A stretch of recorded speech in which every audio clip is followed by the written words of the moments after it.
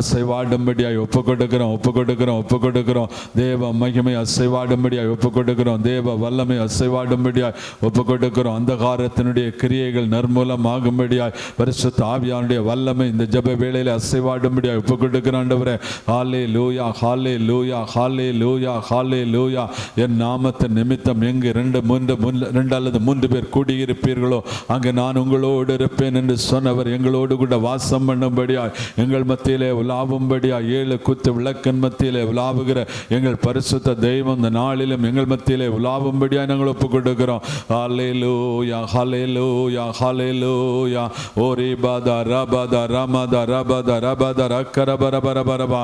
ஓ Jesus, நல்லவரே மக்கு ஸ்தோத்திரம், வல்லவரே மக்கு ஸ்தோத்திரம் அப்பா. ஹல்லேலூயா. மகிமைப்படுத்துகிறோம். தேவாதி தேவனே மகிமைப்படுத்துகிறோம் அப்பா. தொடக்கம் முதல் முடிவரை கர்த்தருடைய மகிமை அசைவாடும்படியாக ஒப்புக் கொடுக்கிறோம். தேவ மகிமை அசைவாடட்டும். பெரிய காரியங்களை செய்யுங்க. நினைப்பதற்கு வேண்டுவதற்கும் அதிகமாய் செய்கிற மேலான கிருபைகளுக்காய் நன்றி அப்பா. முற்றிலுமாய் தாழ்த்துகிறோம், உடைய கரங்களை தருகிறோம். இயேசுவின் நாமத்தில் ஜெபிக்கிறோம் நல்ல பிதாவே, ஆமென். ஹல்லேலூயா, ஹல்லேலூயா. ஒரு பாடலை பாடி செய்திக்கு கடந்து போவோம். பள்ளங்களெல்லாம் நிரம்பிட வேண்டும், மலைகள் குன்றுகள் தகர்ந்திட வேண்டும், கோணலானவை நேராகணும், கரடானவை சமமாகணும். பள்ளங்களெல்லாம் நிரம்பிட வேண்டும், மலைகள் குன்றுகள் தகர்ந்திட வேண்டும், கோணலானவை நேராகணும், கரடானவை சமமாகணும். ராஜா வருகிறார் ஆயத்தமாவோம், ராஜா வருகிறார் ஆயத்தமாவோம், இயேசு வருகிறார் எதிர்கொண்டு சொல்லுவோம், இயேசு வருகிறார் எதிர்கொண்டு சொல்லுவோம். பள்ளங்களெல்லாம் நிரம்பிட வேண்டும், மலைகள் குன்றுகள் தகர்ந்திட வேண்டும், கோணலானவை நேராகணும், கரடானவை சமமாகணும். நல்ல கனிகொடா மரங்களெல்லாம் வெட்டுண்டு அக்கினியில் போடப்படும், நல்ல கனிகொடா மரங்களெல்லாம் வெட்டுண்டு அக்கினியில் போடப்படும். ராஜா வருகிறார் ஆயத்தமாவோம், ராஜா வருகிறார் ஆயத்தமாவோம், இயேசு வருகிறார் எதிர்கொண்டு சொல்லுவோம், இயேசு வருகிறார் எதிர்கொண்டு சொல்லுவோம். பள்ளங்களெல்லாம் நிரம்பிட வேண்டும், மலைகள் குன்றுகள் தகர்ந்திட வேண்டும், கோணலானவை நேராகணும், கரடானவை சமமாகணும். கோதுமையை பிரித்து களஞ்சியத்தில் சேர்த்து பதரையோ அக்கினியில் சுட்டரிப்பாரே, கோதுமையை பிரித்து களஞ்சியத்தில் சேர்த்து பதரையோ அக்கினியில் சுட்டரிப்பாரே. ராஜா வருகிறார் ஆயத்தமாவோ, ராஜா வருகிறார் ஆயத்தமாவோ, இயேசு வருகிறார் எதிர்கொண்டு சொல்லுவோம், இயேசு வருகிறார் எதிர்கொண்டு சொல்லுவோம். பள்ளங்களெல்லாம் நிரம்பிட வேண்டும், மலைகள் குன்றுகள் தகர்ந்திட வேண்டும், கோணலானவை நேராகணும், கரடானவை சமமாகணும். அந்நாளில் வானம் வெந்து அழியும், பூமியெல்லாம் எரிந்து உருகி போகும். அந்நாளில் வானம் வெந்து அழியும், பூமி எல்லாம் எரிந்து உருகி போகும். ராஜா வருகிறார் ஆயத்தமாவோம், ராஜா வருகிறார் ஆயத்தமாவோம். இயேசு வருகிறார் எதிர்கொண்டு சொல்லுவோம், இயேசு வருகிறார் எதிர்கொண்டு சொல்லுவோம். பள்ளங்களெல்லாம் நிரம்பிட வேண்டும், மலைகள் குன்றுகள் தகர்ந்திட வேண்டும். கோணலானவை நேராகணும், கரடானவை சமமாகணும். கரையில்லாமலே குற்றமில்லாமலே கர்த்தருக்காய் வாழ்ந்து முன்னேறுவோம். கரையில்லாமலே குற்றமில்லாமலே கர்த்தருக்காய் வாழ்ந்து முன்னேறுவோம். ராஜா வருகிறார் ஆயத்தமாவோம், ராஜா வருகிறார் ஆயத்தமாவோம். இயேசு வருகிறார் எதிர்கொண்டு சொல்லுவோம், இயேசு வருகிறார் எதிர்கொண்டு சொல்லுவோம். பள்ளங்களெல்லாம் நிரம்பிட வேண்டும், மலைகள் குன்றுகள் தகர்ந்திட வேண்டும். கோணலானவை நேராகணும், கரடானவை சமமாகணும்.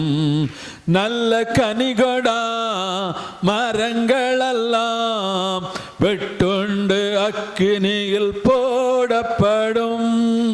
நல்ல கனிகொடா மரங்களெல்லாம் வெட்டுண்டு அக்கினியில் போடப்படும். ராஜா வருகிறார் ஆயத்தமாவோம், ராஜா வருகிறார் ஆயத்தமாவோம். இயேசு வருகிறார் எதிர்கொண்டு சொல்லுவோம், இயேசு வருகிறார் எதிர்கொண்டு சொல்லுவோம். பள்ளங்களெல்லாம் நிரம்பிட வேண்டும், மலைகள் குன்றுகள் தகர்ந்திட வேண்டும். கோணலானவை நேராகணும், கரடானவை சமமாகணும். கரையில்லாமலே குற்றமில்லாமலே கர்த்தருக்காய் வாழ்ந்து முன்னேறுவோம். கரையில்லாமலே குற்றமில்லாமலே கர்த்தருக்காய் வாழ்ந்து முன்னேறுவோம். ராஜா வருகிறார் ஆயத்தமாவோம், ராஜா வருகிறார் ஆயத்தமாவோம். இயேசு வருகிறார் எதிர்கொண்டு சொல்லுவோம், இயேசு வருகிறார் எதிர்கொண்டு சொல்லுவோம். பள்ளங்களெல்லாம் நிரம்பிட வேண்டும், மலைகள் குன்றுகள் தகர்ந்திட வேண்டும். கோணலானவை நேராகணும், கரடானவை சமமாகணும். ராஜா வருகிறார் ஆயத்தமாவோம், ராஜா வருகிறார் ஆயத்தமாவோம். இயேசு வருகிறார் எதிர்கொண்டு சொல்லுவோம், இயேசு வருகிறார் எதிர்கொண்டு சொல்லுவோம். பள்ளங்களெல்லாம் நிரம்பிட வேண்டும், மலைகள் குன்றுகள் தகர்ந்திட வேண்டும். கோணலானவை நேராகணும், கரடானவை சமமாகணும். ஆமாப்பா, எங்க வாழ்க்கையில் இருக்கிற எல்லா கரடு முரடுகள், உலக இச்சைகள், உலக ஆசைகள், உலகத்திற்கு ஒப்பான ஓட்டங்கள், அப்பா எல்லாவற்றிலிருந்து நாங்கள் விடுபட்டு உம்மையே நேசிக்கவும், உம்மையே அப்பா பற்றி கொள்ளவும், உம்மையே பின்தொடரவும். யோசுவா சொன்னது போல நானும் என் வீட்டாரும் என்றால் உம்மையே நேசிப்போம் என்று சொல்லி உம்மை பின்பற்ற இந்த உலகத்தை விட்டு அப்பா அனுதினம் எங்களுடைய பாடுகளை சுமந்து கொண்டு அன்றாடம் எங்கள் சிலுவையை எடுத்துக்கொண்டு உமக்கு பின்பாய் வர எங்களுக்கு நீர் கிருபை பாராட்டும்படியாய் ஜெபிக்கிறோம். அப்பா, அந்த உலகத்தில் இருக்கிற நாட்கள் வர கர்த்தர் பலப்படுத்துவீராக, கர்த்தர் ஆசீர்வதிப்பீராக, கர்த்தர் கிருபையாய் வெளிப்படுவீராக. ஆண்டவரே, ஒவ்வொரு கேட்டுக்கொண்டிருக்கிற ஒவ்வொரு பிள்ளைகளையும் நீங்க ஆசீர்வதிங்க ஆண்டவரே. பிள்ளைகளை ஆசீர்வதிங்க ஆண்டவரே. பிள்ளையுடைய வாழ்க்கையில் இருக்கிற கரடு முரடுகள், மேடு பள்ளங்கள் எல்லாம் மாறட்டும் ஆண்டவரே. பிள்ளைகள் எப்பொழுது நீர் வந்தாலும் ஏசப்பா, நீங்க எந்த நிமிஷம் வந்தாலும், எந்த நிமிடம் வந்தாலும், எப்பொழுது வந்தாலும் நாங்கள் உம்முடைய சமூகத்தை எதிர்கொள்ள ஆயத்தமுள்ளவர்களாய், விளக்கும் எண்ணெயும் உள்ளவர்களாய், நாங்கள் எங்கள் வாழ்க்கையிலே பரிபூரணத்தில் நிறைவுள்ளவர்களாய், பரிபூரணத்தால் நிரப்பப்பட்டவர்களாய், பரிசுத்த ஆவியினால் நிரப்பப்பட்டவர்களாய், பகலின் வெளிச்சத்தில் நடக்கிறவர்களாய், மலை மேல் இருக்கிற பட்டணமாய் இருக்கிறவர்களாய், ஓ ரிபாதா ரக்கரபரபா, உலகத்திற்கு ஒளியாக உப்பாக நாங்கள் மாறும்படியாய் கர்த்தர் எங்களை ஆசீர்வதிப்பீராக. ஆண்டவரே, ஒரு ஆபிரகாமை ஆசீர்வதித்த தேவன், ஒரு ஈசாக்கை ஆசீர்வதித்த தேவன், ஒரு யாக்கோபை ஆசீர்வதித்த தேவன், எங்களை நீர் ஆசீர்வதிப்பீர் என்று நாங்கள் விசுவாசிக்கிறோம். சகலத்தில் நன்மைகளை காணும்படியாய் இன்று இந்த ஜெப வேளையிலே உம்முடைய வார்த்தைக்காய் காத்திருக்கிற ஒவ்வொரு பிள்ளைகளுக்கும் போதித்து நீர் நடத்துவீராக. ஓ, உன்மேல் என் கண்ணை வைத்து ஆலோசனை சொல்லுவேன் என்று சொன்ன வார்த்தையின்படியே உம்முடைய ஆலோசனைகள் வெளிப்படட்டும், உம்முடைய வார்த்தைகள் வெளிப்படட்டும். பெரிய காரியங்களை செய்யுங்க. நினைப்பதற்கு வேண்டுவதற்கு அதிகமாய் செய்கிறீரே, உமக்கு ஸ்தோத்திரம். முற்றிலும் தாழ்த்துகிறோம், உம்முடைய கரங்களில் தருகிறோம். இயேசுவின் நாமத்தில் ஜெபிக்கிறோம் நல்ல பிதாவே, ஆமென். ஹல்லேலூயா, ஹல்லேலூயா. கர்த்தர் நல்லவர், நம்மை நடத்துகிற தேவன், நம்மை இதுவரையும் கைவிடாத கண்மலை இனியும் கைவிட மாட்டார். ஹல்லேலூயா, ஹல்லேலூயா. அவர் ஒருபோதும் கைவிடாத தேவன். ஹல்லேலூயா. அவர் சர்வ வல்லமையுள்ள தேவன். ஹல்லேலூயா. நம்மை காண்கிற தேவன். ஹல்லேலூயா. நம்மை பலப்படுத்துகிற தேவன். ஹல்லேலூயா. நம்முடைய பலவீனங்களை தாங்கிக் கொண்ட தேவன். ஹல்லேலூயா. நமக்காய் கடைசி சொட்டு இரத்தத்தையும் தந்து ஜீவனையும் கொடுத்த தேவன். ஹல்லேலூயா, ஹல்லேலூயா. விசுவாசத்தோடு நீங்கள் இருக்கிற இடங்களிலே, உங்கள் வீடுகளிலே, கேட்டுக்கொண்டிருக்கிற இடங்களிலே நீங்கள் உங்கள் கரங்களை உயர்த்தி சொல்லுங்க, இயேசு என் இரட்சகர், அவர் என்னை கைவிடவே மாட்டார். ஹல்லேலூயா, ஹல்லேலூயா. அவர் ஒருபோதும் கைவிடாத கண்மலை. நீங்கள் தைரியமாய் விசுவாசத்தோடு கரங்களை உயர்த்தி சொல்லலாம், அவர் என் கண்மலை, அவர் ஒருபோதும் என்னை கைவிட மாட்டார். அவர் என் அடைக்கலம், அவர் என்னை ஒருபோதும் கைவிட மாட்டார். அவர் என் கோட்டை, அவர் ஒருபோதும் கைவிட மாட்டார். ஓ, என்னை கண்மலையின் மேல் நிறுத்தி என்னை ஆசீர்வதிக்கிற தேவன் என்று நீங்கள் விசுவாசத்தோடு சொல்லலாம். ஹல்லேலூயா, ஹல்லேலூயா. கர்த்தர் உங்களை ஆசீர்வதிப்பாராக. இயேசு கிறிஸ்துவின் இனிய நாமத்தில் உங்களை வாழ்த்துகிறேன், ஆசீர்வதிக்கிறேன். கர்த்தர் உங்களுக்கு இந்த நாளிலும் நன்மையான வார்த்தைகளை தருவாராக. இந்த நாளிலும் தேவ செய்தியாய் 1 தீமோத்தேயு 6ஆம் அதிகாரம் 1 தீமோத்தேயு 6ஆம் அதிகாரம் 10-11 வசனங்கள் எடுத்துக்கொள்ளலாம். 1 தீமோத்தேயு 6ஆம் அதிகாரம் 10-11 வசனங்கள். பண ஆசை எல்லா தீமைக்கும் வேறாயிருக்கிறது. அதை இச்சித்து விசுவாசத்தை விட்டு வழுவி அநேக வேதனைகளினாலே தங்களை உருவ குத்தி கொண்டிருக்கிறார்கள். நீயோ தேவனுடைய மனுஷனே, இவைகளை விட்டோடி நீதியையும் தேவ பக்தியையும் விசுவாசத்தையும் அன்பையும் பொறுமையையும் சாந்த குணத்தையும் அடையும்படி நாடு. ஹல்லேலூயா, ஹல்லேலூயா. வேதம் சொல்லுகிறது, பண ஆசை எல்லா தீமைக்கும் வேறாயிருக்கிறது. ஹல்லேலூயா, ஹல்லேலூயா, ஹல்லேலூயா. வேறில்லாத மரம் இல்லை. வேறில்லாமல் இருந்தால் ஒரு மரம் கனி கொடுக்க முடியாது. அது நல்ல கனியை கொடுக்குமா, கெட்ட கனி கொடுக்குமான்னு உள்ளது கேள்வி. ஆனால் பண ஆசையோடு இருக்கிற எந்த ஒரு மனிதனும், இந்த உலகத்திலே பண ஆசை, பொருள் ஆசை, விக்கிரக ஆராதனைக்கு ஒப்பான பொருள் ஆசையும் பண ஆசையும் கொண்டிருக்கிற மனிதன் நிச்சயமாகவே தேவனுக்கேற்ற கனிகளை ஒருபோதும் கொடுக்க முடியாது என்பதை நீங்கள் புரிந்து கொள்ள வேண்டும், அறிந்து கொள்ள வேண்டும். அது ஒருவேளை சாதாரண விசுவாசியா இருக்கலாம், இல்ல ஊழியக்காரலா இருக்கலாம், யாரா இருந்தாலும் பண ஆசையுள்ள மனிதன் மனிதர்கள், பணத்தின் மேல் அதீத நம்பிக்கை வைத்திருக்கிறவர்கள், தங்களுடைய சொத்தின் மேல் நம்பிக்கை வைத்திருக்கிறவர்கள், தங்களுடைய திரட்சியான செல்வங்கள் மேல் நம்பிக்கை வைத்திருக்கிறவர்கள், தங்கள் பொருள்கள் மேல் நம்பிக்கை வைத்திருக்கிறவர்கள், தங்களுடைய ஐஸ்வர்யத்தின் மேல் நம்பிக்கை வைத்திருக்கிறவர்களால் நிச்சயமாய் நன்மையான தேவன் பிரியப்படுகிற தேவனுக்கு ஏற்ற கனிகளை ஒருபோதும் கொடுக்க முடியாது என்பதுதான் நிதர்சனமான உண்மை. ஹல்லேலூயா, ஹல்லேலூயா, ஹல்லேலூயா. தேவனுக்குள் இருக்கிறவர்களால் மாத்திரமே ஐஸ்வர்யர்களால் இருந்தாலும் அவர்களால் கனி கொடுக்க முடியும்.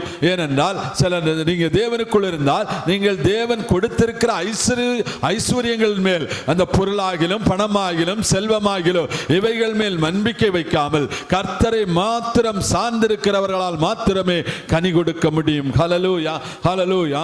அப்ப சொல்லுகிறது, பண ஆசை எல்லா தீமைக்கும் வேறாயிருக்கிறது.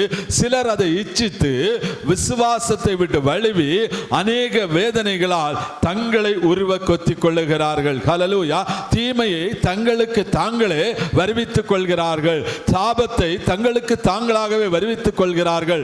பாவத்தை தாங்களுக்கு தாங்களாகவே வருவித்துக் கொள்கிறார்கள். அப்ப அந்த பண ஆசை எல்லா தீமைக்கும் ஆணிவேராய் இருக்கிறது என்று சொல்லுகிறது.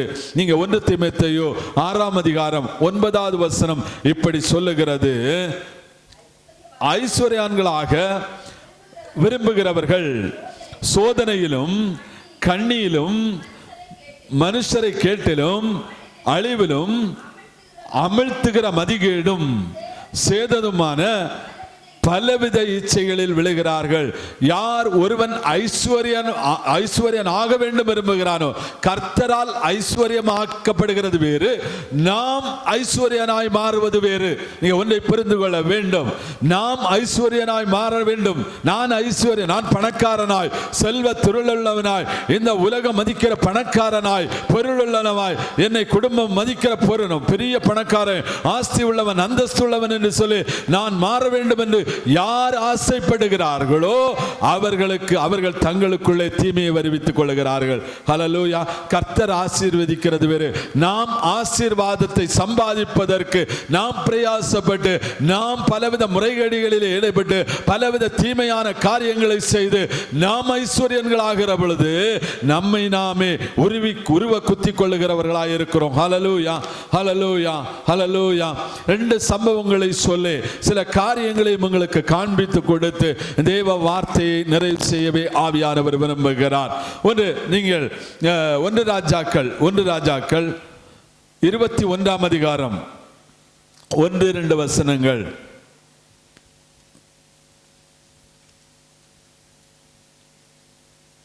1 ராஜாக்கள்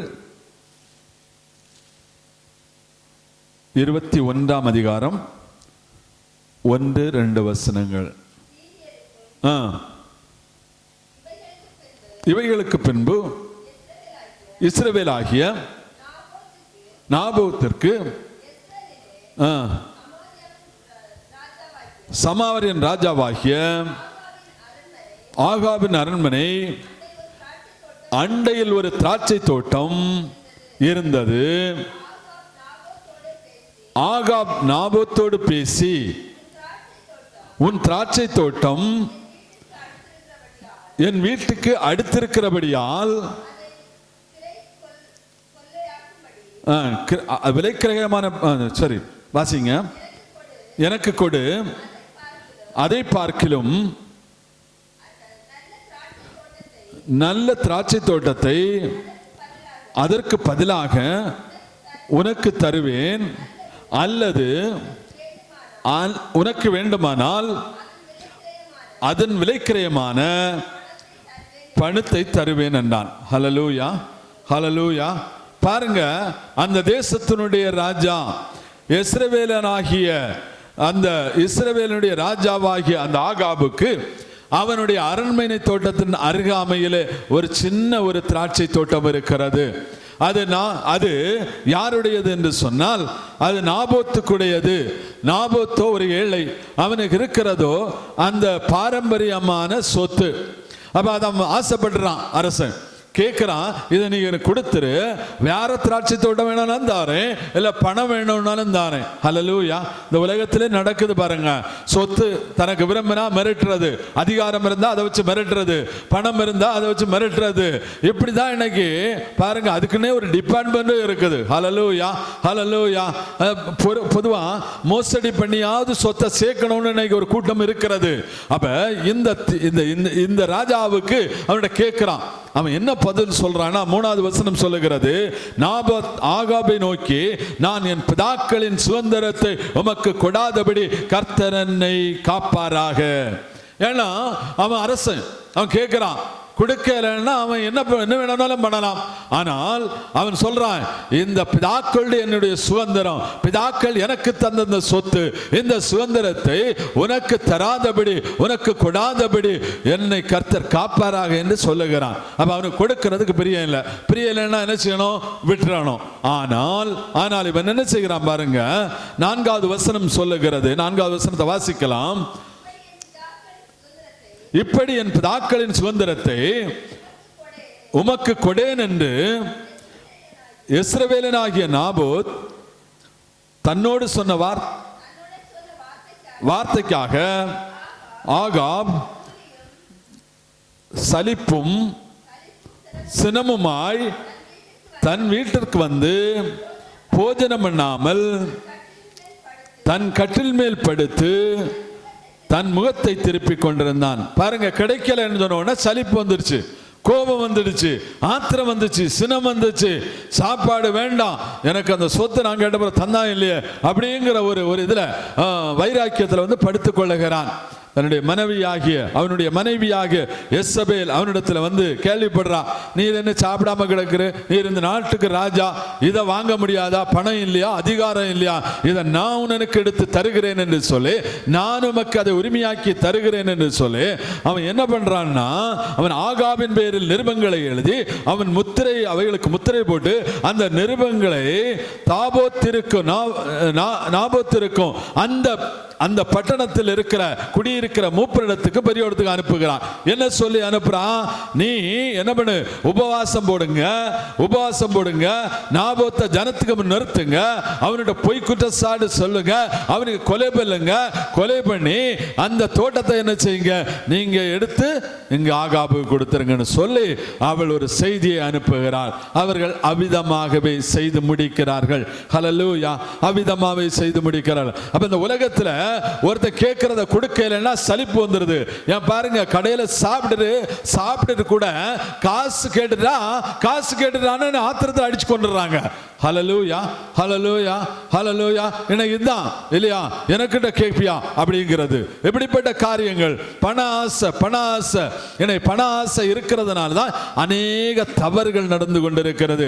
பொருளாசை இருக்கிறதுனால, அடுத்தவன் சொத்துக்கு ஆசைப்படுறதுனால, அடுத்தவன் பணத்துக்கு ஆசைப்படுறதுனால எனக்கு சகோதரர்களுடைய பகை கூட இருக்கிறது. இந்த நாளிலே நீங்கள் ஒன்றை நினைத்துக் கொள்ள வேண்டும்.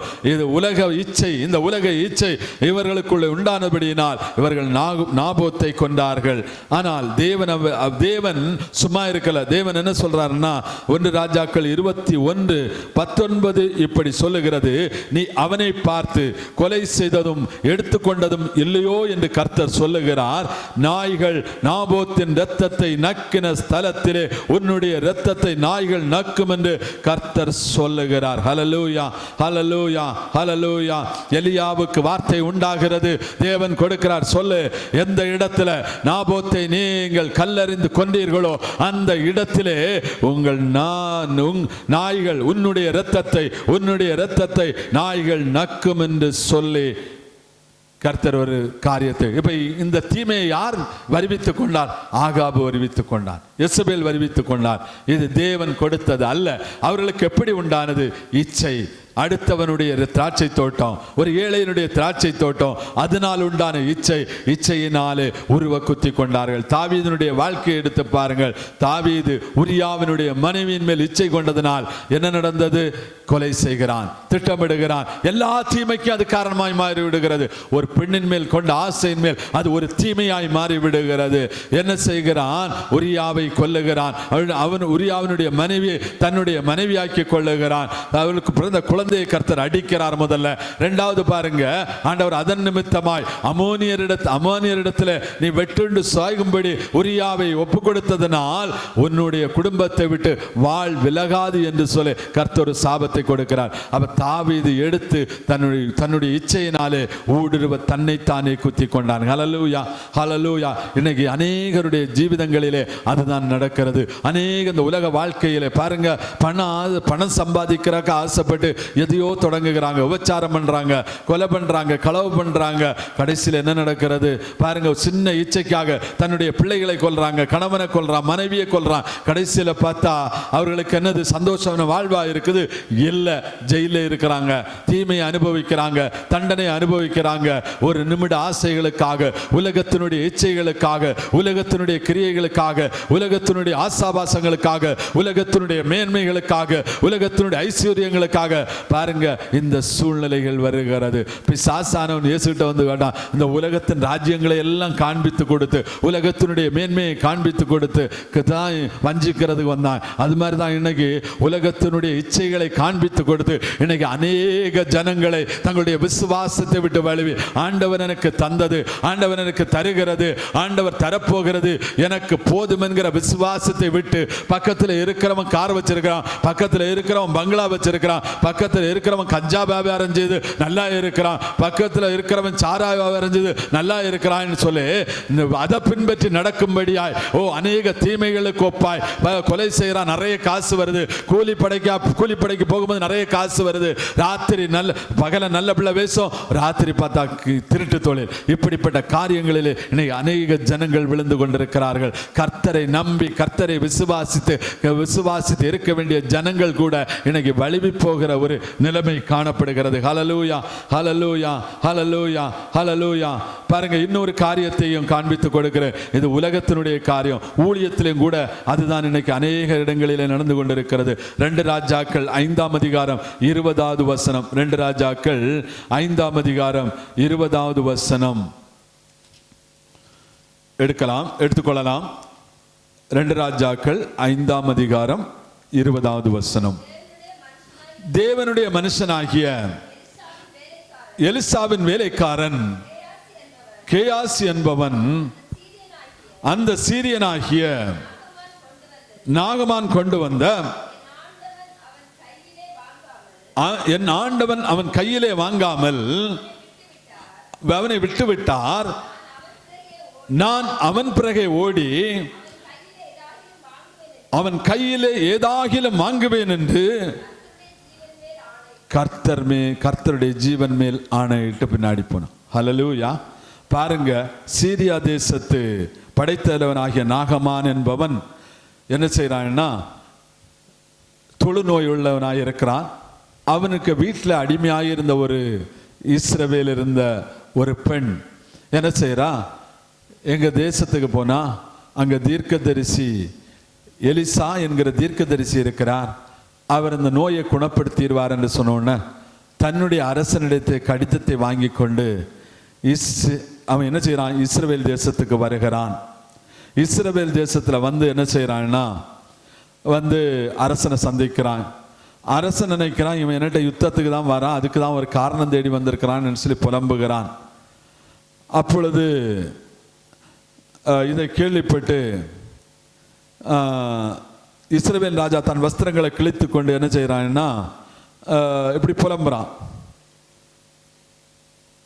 அப்ப எலிசா ஒரு செய்தியை சொல்லி அனுப்புகிறார், இஸ்ரவேல் தேசத்தில் தேவனுடைய தீர்க்கதரிசிகள் உண்டு என்று அறிந்து கொள்ளட்டும், அவனை நீ என்னிடத்திலே அனுப்பு என்று செய்தி அனுப்புகிறார். அப்படியே என்ன செய்யறான்னா நாகமானை எலிசாவிடத்திலே அனுப்புகிறார். எலிசா சொல்றாரு, நீ யோர்தான் நதியில 7 தரம் மூழ்கி எழும்புகிற பொழுது சுகமாகும் என்று கோபப்படுகிறான். கோபப்பட்டு திரும்பி போகிறான். அவர் என்னை கையை தொட்டு குணப்படுத்துவார் என்று நான் நினைச்சிட்டு வந்தேன், ஆனால் இப்படி என்ன சொல்றாரேன்னு சொல்லுகிற பொழுது கோபப்பட்டு திரும்பி போகிற பொழுது அவனுடைய வேலைக்காரன் தான் சொல்றான், எவ்வளவோ பெரிய காரியத்தை செய்ய சொன்னா செய்வீங்க எல்லாம், இதை ஒன்று செய்து பார்த்தா என்ன அப்படின்னு சொன்ன பொழுது சரி என்று அவன் யோர்தான் நதியிலே 7 தரம் மூழ்கி எழும்பின பொழுது அந்த தொழுநோய் குணமாகி அவன் எலிசாவிடத்திலே வருகிறான். எலிசாவிடத்தில் வருகிற பொழுது அவன் பரிசு பொருள்களோடு வருகிறான். ஆனால் எலிசா அவைகளை வாங்காமல் அவனை திருப்பி அனுப்பிவிடுகிறான். ஆனால் அந்த எலிசா என்கிற தேவனுடைய மனுஷனாகிய அந்த எலிசாவிடத்திலே அசிஸ்டண்டாக வேலை செய்கிறவன் தான் இந்த கேயாசி. இந்த கேயாசி என்ன செய்கிறான், பார்க்குறான், இதெல்லாம் கொடுத்த பிறகு வாங்காமல் விட்டுட்டாரேன்னு சொல்லி மனசுக்குள்ள நினச்சிட்டு இவன் போகிறான். அவனுக்கு பின்னாடி போகிறான். போய் என்ன சொல்கிறான் பாருங்க, இங்கே பாருங்க, என்ன எங்கள் ஆண்டவன் தான் உங்கள்கிட்ட அனுப்புனாரு, நீங்கள் என்ன பண்ணுங்க, எனக்கு கொஞ்சம் கொடுங்க, எங்களுக்கு தேவை இருக்குது. 1 தாலந்து வெள்ளியும் 2 ராஜாக்கள் 5ஆம் அதிகாரம் 23வது வசனம். அதற்கு நாகமான், முதல்ல 22வது வசனம் வாசிக்கலாம். அதற்கு அவன், சுக செய்திதான், தீர்க்கதரிசிகளின் புத்திரரில் 2 வாலிபர் இப்பொழுதுதான் எப்ராயிம் மலைதேசத்திலிருந்து என்னிடத்தில் வந்தார்கள். அவர்களுக்கு 1 தாலந்து வெள்ளியையும் 2 மாற்று வஸ்திரங்களையும் தர வேண்டும் என்று கேட்டு என் எஜமான் என்னை அனுப்பினார் என்றான். அடுத்த வசனத்தை வாசிக்கலாம். அதற்கு நாகமான், தயவு செய்து 2 தாலந்தை வாங்கிக்கொள் என்று சொல்லி அவனை வருந்தி 2 தாலந்து வெள்ளியை 2 பைகளில் 2 மாற்று வஸ்திரங்களோடு கட்டி அவனுக்கு முன்பாக சுமந்து போக தன் வேலைக்காரனாக 2 பேர் மேல் வைத்தார்கள். ஹல்லேலூயா. பாருங்க, அவன் போறான், போய் சொல்றான், எனக்கு எஜமான் எலிசா சொன்னாரு, எனக்கு ஒரு தாலந்து வெள்ளியும் 2 மாற்று வஸ்திரத்தையும் தாருங்கன்னு சொல்லி கேட்ட பொழுது அவன் 2 தாலந்து வெள்ளியும் மாற்று வஸ்திரங்களையும் கொடுத்து வேலைக்காரர்கிட்ட சமந்து அவனுக்கு வீட்டில் கொண்டு வச்சுட்டான். ஹல்லேலூயா. 24வது வசனம் சொல்லுகிறது, அவன் மேட்டண்டைக்கு வந்த பொழுது அவன் அதை அவர்கள் கையிலிருந்து வாங்கி வீட்டிலே வைத்து அந்த மனுஷரை அனுப்பிவிட்டான். அவர்கள் போய்விட்டாங்க. பின்பு அவன் உள்ளே போய் தன் எஜமானுக்கு முன்பாய் நின்றான். கேயாசியே, எங்கிருந்து வந்தாய் என்று எலிசா அவனை கேட்டதற்கு அவன், உமது அடியான் எங்கும் போகவில்லை. ஹல்லேலூயா. நான் எங்கேயும் போகலைன்னு சொல்றான். கடைசியில் அவன் என்ன நடந்தது வசனம் சொல்லுகிறது, ஆகையால் நாகமானின் குஷ்டம் உன்னையும் உன் சந்ததியாரையும் என்றென்றைக்கும் பிடித்திருக்கும் என்றான். உடனே அவன் உறைந்த மலை நிறமான குஷ்டரை ஆகி அவன் சமூகத்தை விட்டு புறப்பட்டு போனான் என்று வேதம் சொல்லுகிறது. ஹல்லேலூயா. என் பிரியமான சகோதரமே, பாருங்க, பணத்துக்கு ஆசைப்பட்டு தேவனுக்கு பிரியமில்லாத காரியத்தை செய்த பொழுது அந்த நாகமானுடைய குஷ்டத்தை அவனாகவே தன்னுடைய சரீரத்திலே வருவித்துக் கொண்டான். ஹல்லேலூயா. இன்னைக்கு பல தீமைகளை நாம் வருவித்துக் கொள்ளுகிறோம். ஹல்லேலூயா, ஹல்லேலூயா. பாருங்க, இன்னைக்கு ஒரு தனிநபருடைய வாழ்க்கையில எடுத்தா இன்னைக்கு உள்ள இருக்கிற பண ஆசை, நான் நல்ல பணக்காரன் ஆகணும், பெரிய கவர்மெண்ட் ஜாபில் வேலை பார்க்கணும்னு சர்டிஃபிகேட் திருத்திட்டு ஜெயிலுக்கு போகிறவங்களும் இருக்கிறாங்க. ஹல்லேலூயா. கள்ள சர்டிஃபிகேட் கொடுத்து வேலையை போயிட்டு கடைசியில் மாட்டிக்கிறவங்களும் இருக்கிறாங்க. ஹல்லேலூயா. பார்த்து பாருங்க, எப்படி பாருங்க, ஆசைப்பட்டு கொலை செய்கிறது, களவு செய்கிறது, உபச்சாரம் பண்ணுறது, உபச்சார தொழில் நடத்துறது, இப்படிப்பட்ட தீமையான காரியங்கள், கஞ்சா விற்கிறது, போதை விற்கிறது, மற்றவங்களை ஏமாத்துறது, அநியாய வட்டி வாங்கி பிழைக்கிறது, இப்படிப்பட்ட எல்லா தீமையான காரியங்களும் ஒரு தனி மனிதனுடைய வாழ்வில் இன்னைக்கு இருக்குது. இதெல்லாம் சாபம். இது நன்மையை கொண்டு வரும் என்று நினைக்கிறாங்க, பணத்தை நிறைய சம்பாதிக்கிறாங்க. ஆனால் கடைசியில் ஒன்று நினச்சி பார்ப்போமா, இந்த வாழ்க்கையில் ஒன்று நினச்சி பார்ப்போமா, நம்ம யாராவது இந்த உலகத்தில் பிறந்தவங்க யாராவது எதையாவது எடுத்துகிட்டு போகிறதுண்டா? இல்லை. பிறக்கும்போது நம்ம ஏதோ ஒரு சின்ன குழந்தையாக பிறக்கிறோம், ஆனால் இறக்குற பொழுது 6 அடி மனிதனாக போகிறோம். அவ்வளவுதான் நமக்கு வித்தியாசம். ஹல்லேலூயா, ஹல்லேலூயா. பிறந்தது ஒரு சின்ன குழந்தையா வயத்திலிருந்து பிறந்து வர நம்ம 6 அடி மனுஷனா, 5 அடி மனுஷனா, 6 அடி மனுஷனா என்ன செய்கிறோம்? வளர்ந்து இந்த உலகத்தை விட்டு போகிறோம். வேற என்னது? சம்பாதிக்கிறோம், ஓடுறோம், உழைக்கிறோம், எல்லாத்தையும் பிள்ளைகளுக்குன்னு விட்டுட்டு போகிறோம். அந்த பிள்ளைகளும் ஒரு நாள் வளர்ந்து அதனுடைய சந்ததிக்குன்னு விட்டுட்டு போகுது. எதையும் இங்கே இருந்து எடுத்துட்டு போக முடியாது. ஹல்லேலூயா, ஹல்லேலூயா, ஹல்லேலூயா, ஹல்லேலூயா. சரித்திரங்களிலே எவ்வளவோ பேர் பெரிய பெரிய அதிகாரங்கள்.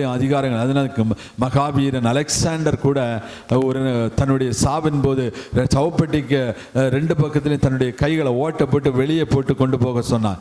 நான் இவ்வளவு ராஜ்யங்களை பிடித்தேன், இவ்வளவு அரசு அதிகாரத்தில் இருக்கிறேன், ஆனால் போகும்போது என்னிடத்தில் ஒன்றுமில்லை என்பதை காண்பிப்பதற்காக.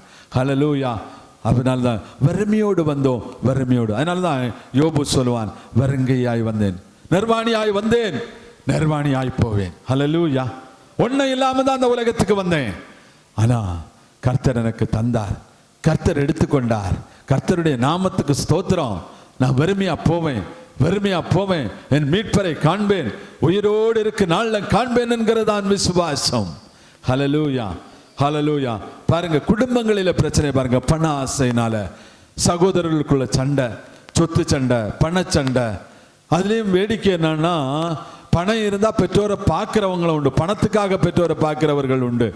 ஆனா பணம் இருக்கிற பெற்றோர்களை எல்லா பணத்தையும் வாங்கிக்கிட்டு அநாதை இல்லத்துக்கு விரட்டி விடுகிறவர்களும் உண்டு. ஹல்லேலூயா. பணம் இல்லாத, வசதி இல்லாத பெற்றோர்களை வீட்டை விட்டு துரத்தி விடுறவங்களும் உண்டு.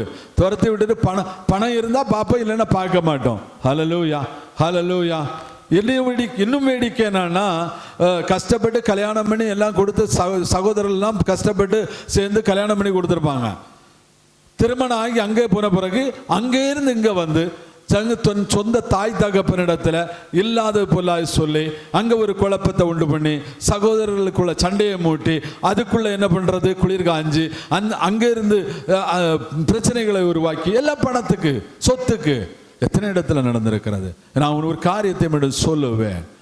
தெரிந்த ஒரு குடும்பம் முன்னாடி பல வருடங்களுக்கு முன்பு, அன்றைக்கெல்லாம் கூரை வீடு இருந்த காலம். அன்னைக்கு அவர் பெரிய தொழில் செய்கிறவர், பெரிய மாடி வீடு வச்சிருந்தவர். என்ன செய்தார் என்று சொன்னால், தன்னுடைய மகள் ஒருவனை காதலித்தார். கல்யாணம் பண்றதுக்காக மகன் அவன் கேட்ட கண்டிஷன் இந்த வீடை தரணும்னு. எல்லாரும் சொன்னாங்க, இல்லை கொடுக்காதுங்க, வீடை கொடுக்காதுங்க, நீங்க எவ்வளவு வேணாலும் கொடுங்கன்னு சொல்லு. ஆனா மகளுக்காக மற்ற பிள்ளைகள், மற்ற 3 பிள்ளைகளையும் எல்லாவற்றையும் வெறுத்து தன்னுடைய பிள்ளைக்காக ஓரவஞ்சனையோடு அந்த சொத்தை கொடுத்துட்டார். 1 வருஷம் கழியல திருமணமாகி போன மகள் வந்தாள், வீட்டை விட்டாள், தாயின் தகப்பனையும் வெளியே விட்டுட்டு போனான். தாயின் தகப்பனை எங்க போயிருந்தாங்கன்னா, ஒரு ஆற்றங்கரையில குடிசை போட்டு இருந்தாங்க. ஏன்னா மற்ற பிள்ளைகளும் கை விட்டுட்டு போயிட்டாங்க. பரிதாபம், பண ஆசை. ஒரு மகளுடைய பண ஆசை ஒரு தாயின் தகப்பனையும் ஒரு அனாதையாய் நிற்க வைத்தது. இந்த உலகத்துல பண ஆசை, சண்டை, சகோதரர்களுக்குள்ள சண்டை, சுற்றத்துல சண்டை, பக்கத்தில் உள்ள சொத்து ஆசை வந்தா அதை மிரட்டி வாங்கணும். ஹல்லேலூயா, ஹல்லேலூயா, ஹல்லேலூயா. பணத்துக்காக இல்லாதது பொல்லாதது எல்லாவற்றையும் சொல்லி தீமைகளை தங்களுக்கு தாங்களே உருவ கொத்தி கொள்ளுகிறவர்கள். ஹல்லேலூயா, ஹல்லேலூயா, ஹல்லேலூயா. பணத்துக்கு ஆசைப்பட்டு, பணத்துக்கு இதுபட்டு அக்கிரமம் எல்லாம் செய்து, எல்லா அக்கிரமங்களும் இந்த உலகத்தில் நடக்கிறது. ஹல்லேலூயா, ஹல்லேலூயா.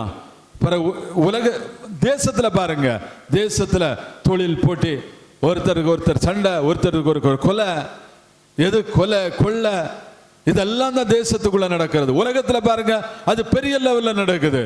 இன்னைக்கு நாட்டுக்கு நாடு யுத்தம், நாட்டுக்கு நாடு எதுக்கு? ஆயுதம் விற்கிறதுக்கு, வியாபாரம் பண்றதுக்கு, தன்னுடைய தொழிலை ஈட்டுவதற்கு, அடுத்த நாட்டை பிடித்து எல்கையை விரிப்பதற்கு, இப்படியா யுத்தங்கள் என்று நடந்து கொண்டிருக்கிறது. என் பிரியமான சகோதரமே, இந்த உலகத்தின் எல்லா தீமைக்கும் ஆணிவேராய் இருக்கிறது இந்த பொருளாசையும் பண ஆசையும். விக்கிர ஆராதனைக்கு ஒப்பான அந்த பொருளாசை, மண்ணாசை, பணாசை, பெண்ணாசை, இவைகள் தான் இந்த உலகத்தை அழித்துக் கொண்டிருக்கிறது, குடும்பங்களை அழித்துக் கொண்டிருக்கிறது, ஒரு தனி மனிதனுடைய வாழ்வை அழித்துக் கொண்டிருக்கிறது, என் ஊழியங்களை அழித்துக் கொண்டிருக்கிறது. ஹல்லேலூயா, ஹல்லேலூயா. பாருங்க, யூதாசு இயேசு கிறிஸ்துவை வித்தான் 30 வெள்ளிக்காசுக்கு. அப்படித்தானே? 30 வெள்ளிக்காசுக்கு இயேசுவை வித்தான் பண ஆசையினால. இன்னைக்கு எத்தனை பேர் இயேசுவை வித்துட்டு இருக்காங்க தெரியுமா? ஹல்லேலூயா, ஹல்லேலூயா. எத்தனை பேர் வித்துட்டு இருக்காங்க?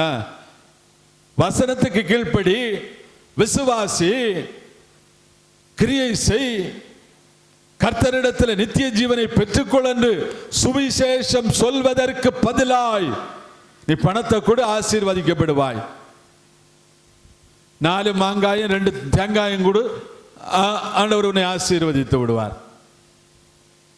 இப்படி சுவிசேஷத்தையே புரட்டி போட்டு இன்று கர்த்தரை விற்கிறவங்க உண்டு. இந்த பத்திரத்தை எடு, அந்த பத்திரத்தை எடு, இதை பண்ணு, இந்த ஸ்கீம்ல சேரு, அந்த ஸ்கீம்ல சேரு, கர்த்தர் அபரீதமாய் ஆசீர்வதிப்பார்.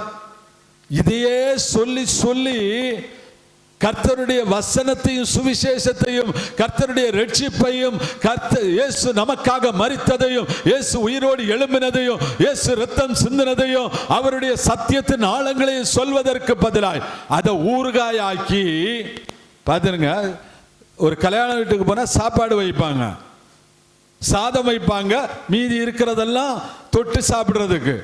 ஆனா ஊழியத்தில் இப்ப எப்படி ஆயிடுச்சுன்னா இதெல்லாம் வசனம் என்கிறது தொட்டுகிறதுக்கு, வசனம் என்கிறது தொட்டுகிறதுக்கு, சத்தியம் என்கிறது தொட்டுகிறதுக்கு, தொட்டுகிறதுக்கு தொட்டுக்கிட வேண்டியதெல்லாம் சாப்பாடா மாறிடுது. ஹல்லேலூயா, ஹல்லேலூயா. என் பிரியமான சகோதரமே, இந்த நாளிலே ஊழியங்களும் அப்படி போய் கொண்டிருக்கிறது. அதனால கர்த்தருடைய நாமம் தூசிக்கப்பட்டு கொண்டிருக்கிறது. பொருளாசி ஆகிலும் விக்கிரகாசு பொருளாசையுள்ள எந்த ஊழியக்காரனுக்கு பின்னாடியும் போகாது சொல்லுவேன். ஆனா இந்த நாளிலே எல்லா பொருளாசை பண ஆசை ஏமாத்தி வாங்கிடுறான், ஏமாத்தி காரியங்களை நடத்திடுறான். பேப்பர்ல வரும், அழைக்காதிருந்து ஓடுகிறார்கள் என்று வேதம் சொல்லுகிறது. ஊழியத்துக்கு தேவனுடைய அழைப்பில்லை ஆகிலும் ஓடுகிற மனிதர்கள் இப்படிப்பட்ட காரியங்களை செய்கிறார்கள். ஆரம்பிக்கிற நல்லதா ஆரம்பிக்கிறாங்க, ஆரம்பிக்கிற பொழுது கர்த்தருக்கென்று ஆரம்பிக்கிறாங்க, முடிக்கிற பொழுது பிசாசுக்கென்று முடிக்கிறாங்க. காரணம், வலிவி போகிறார்கள். கர்த்தர் இந்த ஊழியத்தை தொடங்கினார், அவர் என்னை நடத்துவார் என்று விசுவாசிப்பதற்கு பதிலாய் இந்த பணம் அந்த பணம் சேர்த்துட்டா இப்படி சேர்த்துட்டா நாம் எல்லாம் நடக்கும் என்று நினைக்கிறோம். நடக்காது. பிரியமான சகோதரமே, இன்னைக்கு எல்லா இடத்திலும் ஊழியமாகிலும் உலகமாகிலும் குடும்பமாகிலும் தனிப்பட்ட வாழ்க்கையாகிலும் இன்றைக்கு சிந்தித்து பாருங்கள். பண ஆசை வேற. அப்ப பணம் வேண்டாமா? அப்ப ஆபிரகாம் பணக்காரனா இருந்தது தப்பா? ஈசாக்கு பணக்காரனா இருந்தது தப்பா? யாக்கோபு பணக்காரனா இருந்தது தப்பா? யோபு பணக்காரனா இருந்தது தப்பா? இல்ல, அது கர்த்தர் கொடுத்தது. ஆனால் நாம் பணக்காரனாக வேண்டும் நினைக்கிறோம் பாருங்க, அங்கதான் விழுந்துடுறோம்.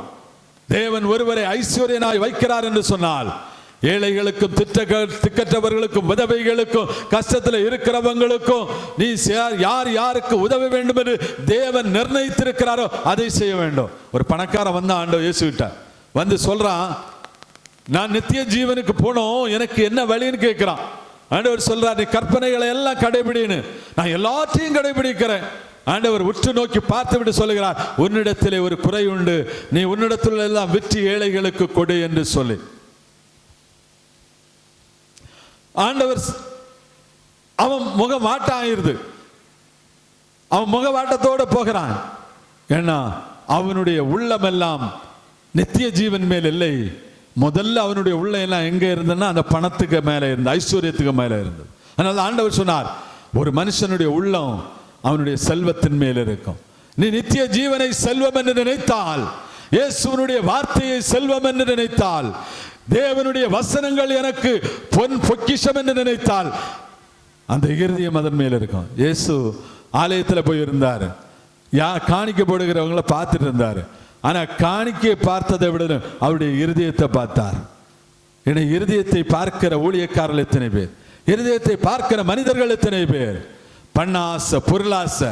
என் பிரியமான சகோதரமே, நீ தேவனிடத்தில் விசுவாசம் வைப்பதற்கு பதிலாய் இந்த பணம் என்னை காக்கும், இந்த பணம் வியாதி வந்தா பணத்தை வச்சு பார்த்துக்கலாம், இல்ல வேற ஒரு பிரச்சனை வந்தா பணம் இருக்கு பார்த்துக்கலாம்னு நினைச்சேன்னா ஒரு நாள் திடீர்னு எல்லாம் முடங்கி போகும். ஒரு நிமிஷம் யோசித்து பாருங்க, இன்னைக்கு நெட்வொர்க் இல்லைன்னா ஒருத்தருக்கு டிரான்சாக்சன் பண்ண முடியல, ஒருத்தருக்கு பணம் எடுக்க முடியல, பணம் செலவு பண்ண முடியல, மொத்தமும் ஒரே நிமிஷத்துக்குள்ள குழப்பத்துக்கு ஆயிரும். இதுதான் நிலைமை. ஆனால் கர்த்தரை விசுவாசிக்கிறவன் மாத்திரமே எந்த காரியத்திலும் நிலை நிற்கிறவனாயிருக்கிறான். நம்ம பணத்துக்கு மேல ஆசை வச்சா, இந்த பொருளுக்கு மேல ஆசை வச்சா, இந்த செல்வத்தின் மேல் ஆசை வைத்தால், உலகத்தின் இச்சைகள் மேல் ஆசை வைத்தால் நாம் விசுவாசத்தில் வழுவி போவோம். தேவ மனுஷனே, இவைகளை விட்டு நீ விலகி ஓடி, இவைகளை விட்டு நீ விலகி ஓடி, ஓ சோதனையிலும் கண்ணியிலும் ஓ மதிகேடிலும் பலவிதமான இச்சையிலும் விழாமல் இருக்கும்படி இவைகளை விட்டு விலகி ஓடி தேவனிடத்தில் விசுவாசம் வைத்து, தேவன் உன்னை ஐஸ்வர்யம் ஆக்குகிறவர், தேவன் உன்னை ஐஸ்வர்யனாய் மாற்றுகிற தேவன். அவர் உன்னை மாற்றுவார். மாற்றும் பொழுது நீ மாறு. அதுவரை நீ ஐஸ்வர்யன் ஆக வேண்டும் என்று சொல்லி உலகத்தில் தீமை செய்யாதே.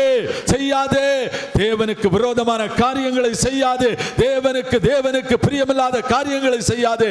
இந்த நாளிலும் கர்த்தர் உன்னை அழைக்கிறார். மனம் திரும்பு. இந்த உலகத்தின் இச்சைகள் மேல் வைத்திருக்கிற நம்பிக்கைகளை விட்டு மனம் திரும்பு. உலகத்தின் பணத்தின் மேல் வச்சிருக்கிற நம்பிக்கையின் மேல் மனம் திரும்பு. நம்பிக்கையை விட்டு மனம் திரும்பு. கர்த்தரிடத்தில் திரும்பு. கர்த்தருடைய வசனத்துக்காய் திரும்பு. கர்த்தருடைய வார்த்தைக்காய் திரும்பு. கர்த்தர் உன்னை ஆசீர்வதிப்பார். ஹல்லேலூயா. அவர் நல்ல தேவன். உன்னை ஐஸ்வர்யமாக்குகிற தேவன். எல்லா ஐஸ்வர்யத்தின் தேவன் அவர். ஐஸ்வர்யத்தின் தேவன் அவர். உன்னை நடத்துகிற தேவன் அவர். உன்னை காண்கிற தேவன் அவர். உன்னுடைய சூழ்நிலைகளை அறிகிற தேவன் அவர். ஓ நீயோ அநேக ஜாதிகளுக்கு கடன் கொடுப்பாய், கடன் வாங்காதிருப்பாய் என்று சொல்லி ஆசீர்வதித்த தேவன் அவர். நீ கவலைப்படாதே. கர்த்தர் உன்னை ஆசீர்வதிக்கிறவர். உனக்கு பரிதானம் வேண்டாம், லஞ்சம் வேண்டாம், ஓ தீமை வேண்டாம், நீதியை புரட்ட வேண்டாம். லஞ்சத்தை வாங்கி நீதியை புரட்டாதே. என் பிரியமான சகோதரமே, சகோதரியே, ஓ கேட்டுக்கொண்டிருக்கிற பிரியமான பிள்ளைகளே, கர்த்தருக்கு விரோதமான கிரியைகளை செய்து உங்களை நீங்களே குத்திக் கொள்ள வேண்டாம் என்று சொல்லி, குத்திக் கொள்ள வேண்டாம் என்று சொல்லி, சாபத்தை பெற்றுக்கொள்ள வேண்டாம், பாவத்தை பெற்றுக்கொள்ள வேண்டாம், தண்டனையை கொட்டுக்கொள்ள வேண்டாம். பாவத்தின் சம்பளம் மரணம். பாவத்தின் வெளிப்பாடு சாபம் என்பதை நீங்கள் புரிந்து கொள்ளுங்கள். மனம் திரும்புங்கள். கர்த்தர் தருகிற ஐஸ்வர்யம் போதும், கர்த்தர் தருகிற ஆசீர்வாதம் போதும், கர்த்தர் தருகிற செல்வம் போதும், கர்த்தர் தருகிற விடுதலை போதும் என்று அவரை நோக்கி பாருங்கள். அவர் நம்மை நடத்துகிற தேவன். நீதியின் வலக்கரத்தினாலே உன்னை தாங்கி நடத்துகிற தேவன். ஓ மகனே, மகளே, மனம் திரும்பு. உலகத்தில் இருந்த உலகத்தின் மேலுள்ள விசுவாசத்தையும் உலகத்தின் மேலுள்ள இச்சைகளின் விசுவாசத்தையும் விட்டு மனம் திரும்பும்படியாய் ஆண்டவர் அழைக்கிறார். உனக்காக கர்த்தர் முன் சென்று வெண்கல கதவுகளை உடைத்து இரும்பு தாழ்பால்களை முறித்து இருளின் மனதில் இருக்கிற எல்லா கருவிரங்களை தந்து உன்னை ஐஸ்வர்யனாமாய் மாற்றுகிற தேவன் அவர். மனம் திரும்ப. உலகத்தின் ஆசைகள், அடுத்தவர்களை பார்த்து வாழுவதை விட்டுவிட்டு, இந்த உலகத்தை பார்த்து வாழுவதை விட்டுவிட்டு, இயேசுவை பார்த்து அவரை பார்த்து அவர் மேல் நம்பிக்கை வைத்து அவரை விசுவாசித்து வாழ கற்றுக்கொள். என் பிரியமான சகோதரமே, ஒப்புக் கொடுப்பாயா? கர்த்தரிடத்திலே மனம் திரும்பி ஒப்புக் கொடுப்பாயா? என் மகனே, மகளே, ஒப்புக் கொடுப்பாயா? கர்த்தர் உன்னை அழைக்கிறார். மனம் திரும்புவதாயிருந்தால் நீ என்னிடம் திரும்பு. உண்மையாய் மனம் திரும்பு. தானியத்துக்காகவும் திராட்சை ரசத்துக்காகவும் அல்ல, கர்த்தரிடத்திலே மனம் திரும்பு. அவர் உன்னை ஆசீர்வதிக்கிற தேவன். உன்னுடைய மாவு கூடைகளை அவர் ஆசீர்வதிக்கிற தேவன். உன் கையின் பிரயாசங்களை ஆசீர்வதிக்கிற தேவன். நீ செய்வதெல்லாம் வாய்க்கோ. ஈசாக்கை ஆசீர்வதித்த தேவன். அவன் தோண்டின திறவுகளில் எல்லாம் தண்ணீரை காணப்பண்ணினாரு. உன்னையும் காணப்பண்ணுகிற தேவன். உலகத்தின் மேலுள்ள நம்பிக்கையை விட்டு என் மகனே, மகளே, கர்த்தரிடத்திலே வா. அவர் உன்னை ஆசீர்வதிக்கிற தேவனாயிருக்கிறார். உன்னை நடத்துகிற தேவனாயிருக்கிறார். உன்னை சமாதானத்தின் பாதையிலே நடத்துகிற தேவனாயிருக்கிறார். உள்ளும் புறமும் மேய்ச்சலை காணப்படுவார். உள்ளும் புறமும் மேய்ச்சலை காண்பார். இந்த உலகத்தின் ஆசீர்வாதங்கள் உனக்கு உண்டாகும். தேவனுடைய ராஜ்யத்துக்குரியதை தேடு. உலகத்துக்குரியது உனக்கு சேர்த்து கொடுக்கப்படும். உள்ளும் புறமும் நீ மேய்ச்சலை காண்பாய் என்று கர்த்தர் சொல்லுகிறார். ஓ ஜீசஸ், மனம் திரும்பும்படியாய் பரிசுத்த ஆவியானவர் என்று ஒவ்வொரு பிள்ளைகளோடு இடைவிடும்படியாய் ஜெபிக்கிறேன் அப்பா. ஹல்லேலூயா. ஓ பண ஆசையினால் இந்த உலகம் தள்ளாடி கொண்டிருக்கிறது. பண ஆசையினால் அநேக உயிர்கள் பறிபோய் கொண்டிருக்கிறது. பண ஆசையினால் அநேக தீமைகள் நடந்து கொண்டிருக்கிறது. இந்த தீமைகள் எல்லாம் மாறட்டும் ஆண்டவரே. குடும்பங்களில் இருந்து, ஓ தனி நபருடைய வாழ்க்கையிலிருந்து, ஓ தேச தேசத்திலிருந்து இந்த உலகத்திலிருந்து அப்பா இப்படிப்பட்ட காரியங்களிலிருந்து தேவ மனுஷர்கள் விடுபடும்படியாய், தேவ மனுஷர்கள் விடுபட்டு ஓ நீதியையோ ஓ தேவனுடைய ராஜ்யத்துக்குரிய தேடும்படியாய் கர்த்தர் பிள்ளைகளை ஆசீர்வதிப்பீராக. ரேமாலா சந்தாரா கரபரபா. ஓ ஜீசஸ் ஹல்லேலூயா. அப்பா உம்முடைய சமூகத்தில் ஒப்புக் கொடுக்கிறோம், உம்முடைய சமூகத்தில் ஒப்புக் கொடுக்கிற ஆண்டவரே, இதை கேட்டுக்கொண்டிருக்கிற ஒவ்வொரு பிள்ளைகளை ஆசீர்வதிங்க ஆண்டவரே. ஈசாக்கு விதைத்து 100 மடங்கு அறுவடை செய்தது போல கர்த்தர் இந்த பிள்ளைகளை ஆசீர்வதிக்கும்படியாய் ஜெபிக்கிறேன். ரேபாலா சந்தாரா பதரா கரபா. வியாதிகளும் பலவீனங்களும் மாறட்டும், கட்டுகள் மாறட்டும், ஓ சாபங்கள் மாறட்டும், பாவங்கள் மாறட்டும், பாவத்தினுடைய கிரியைகள் அழியட்டும், அந்தகாரத்தினுடைய வல்லமைகள் அழியட்டும் ஆண்டவரே. பிசாசுடைய தந்திரங்களும் சூழ்ச்சிகளும் இயேசுவின் நாமத்தில் நிர்மூலமாகட்டும் என்று ஜெபிக்கிறேன். ரேபாலா தரபா தரா கரபா. எல்லா தடைகளும் உடைக்கப்படுவதாக, அந்தகாரத்தினுடைய வல்லமைகள் அழிக்கப்படுவதாக இயேசுவின் நாமத்தில் ஒவ்வொருவரையும் ஆசீர்வதிக்கிறேன். உள்ளம் புறமும் மேய்ச்சலை காண்பீர்கள் என்று சொல்லி இயேசுவின் நாமத்தில் ஆசீர்வதித்து ஜெபிக்கிறேன். வாழ்நாளெல்லாம் நன்மையும் கிருபையும் தொடரட்டும். உனக்கு எதிராக உருவாக்கப்படுகிற எந்த ஆயுதம் வாய்க்காது போகும் என்று சொல்லி இயேசுவின் நாமத்தில் ஆசீர்வதிக்கிறேன். பெரிய காரியங்களை செய்யுங்க, பெரிய காரியங்களை செய்யுங்கப்பா. பிள்ளைடைய வாழ்க்கையில சமாதானம் உண்டாகட்டும், சந்தோஷம் உண்டாகட்டும், நிறைவு உண்டாகட்டும் ஆண்டவரே. பரிபூர்ண நிறைவு உண்டாகட்டும். போதும் என்ற மனம் பிள்ளைகளுக்கு உண்டாகட்டும். கர்த்தர் தந்தது போதும் என்கிற மனம் ஒவ்வொரு பிள்ளைகளுக்கு உண்டாகட்டும் என்று சொல்லி ஜெபிக்கிறேன். பெரிய காரியங்களை செய்யுங்க. நினைப்பதற்கு வேண்டுவதற்கு அதிகமாய் செய்கிறீரே, எமக்கு ஸ்தோத்திரம். முற்றிலுமாய் தாழ்த்துகிறோம், உம்முடைய கரங்களில் தருகிறோம். இயேசுவின் நாமத்தில் ஜெபிக்கிறோம் நல்ல பிதாவே, ஆமென். என் ஆத்துமாவே கர்த்தரை ஸ்தோத்திரி, என் முழு உள்ளமே அவர் பரிசுத்த நாமத்தை ஸ்தோத்திரி. என் ஆத்துமாவே கர்த்தரை ஸ்தோத்திரி, கர்த்தர் செய்த சகல உபகாரங்களையும் மறவாதே, ஆமென். கர்த்தராகிய இயேசு கிறிஸ்துவினுடைய கிருபையும் பிதாவாகிய தேவனுடைய அன்பும் பரிசுத்த ஆவியினுடைய ஐக்கியம் சமாதானமும் உங்கள் அனைவரோடும் என்று சதாகாலம் இருப்பதாக, ஆமென். Praise the Lord.